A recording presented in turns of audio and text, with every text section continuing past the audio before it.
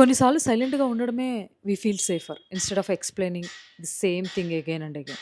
నీ దగ్గర మాట్లాడడానికి చాలా ఉన్నా కూడా still you choose to be silent. కొన్ని వందల సార్లు అవతల వ్యక్తికి నిన్ను హర్ట్ చేసేది, నిన్ను డిసప్పాయింట్ చేసేది, నువ్వు గో త్రూ అవుతుంది ఒక సిట్యుయేషన్ గురించి చెప్పి, చెప్పి, చెప్పి విసిగిపోయావు. ఎందుకంటే నువ్వు ఎన్ని సార్లు చెప్పినా, ఎంత చెప్పినా, ఎన్ని విధాలుగా చెప్పినా, ఎన్ని వర్డ్స్ మార్చి చెప్పినా, ఎలా చెప్పినా గూడా అవతల వాళ్ళకి అది అర్థం కావట్లేదు. They repeat the same thing. వాళ్ళలో ఎలాంటి ఇంత చేంజ్ గూడా కనిపించినప్పుడు నీకు అర్థమవుతుంది. ఇంకా మాట్లాడడం, చెప్పడం వేస్ట్ అని.